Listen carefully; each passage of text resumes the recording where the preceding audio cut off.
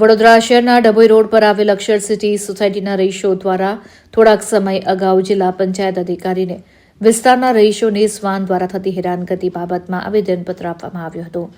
જે બાબતમાં people four animal સંસ્થાના કાર્યકરો દ્વારા શ્વાનના હિત અને અધિકારોને લઈને આ સોસાયટીના રહીશોને સમજ આપવા છતાંય તેઓ દ્વારા નિર્દોષ શ્વાન પર અત્યાચાર ગુજારવામાં આવી રહ્યો હોવાનું ધ્યાને આવ્યું છે, જે બાબતે પીપલ ફોર એનિમલ સંસ્થાના કાર્યકરો અક્ષર સિટીના રહીશોની કમ્પ્લેન લઈને કલેક્ટર કચેરીએ પહોંચ્યા હતા અને વડોદરા જિલ્લા કલેક્ટરને આવેદનપત્ર આપી રજૂઆત કરી હતી. અમે અહીંયા ગોત્રીમાંથી આવ્યા છે અને અમે અક્ષર સિટીના ડોગ ક્રુઆલિટી માટે આવ્યા છે.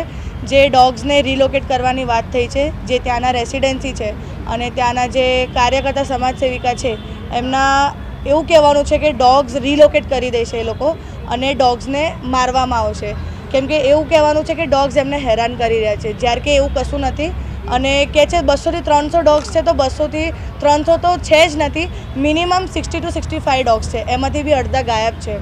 તો એ લોકોનું કહેવું એવું છે જિલ્લા પંચાયતમાં આવીને કે ડોગ્સને હટાવવાની બાબતે કંઈ કરે અને સરકાર એમની છે એટલે એમને સપોર્ટ કરે. તો એવું નથી કે ડોગ્સ એમને જ હેરાન કરે છે, ઇવન એ લોકો ડોગ્સ પર ક્રુઆલિટી કરે છે અને પોઈઝન આપવામાં આવ્યું છે, મારવામાં આવ્યું છે.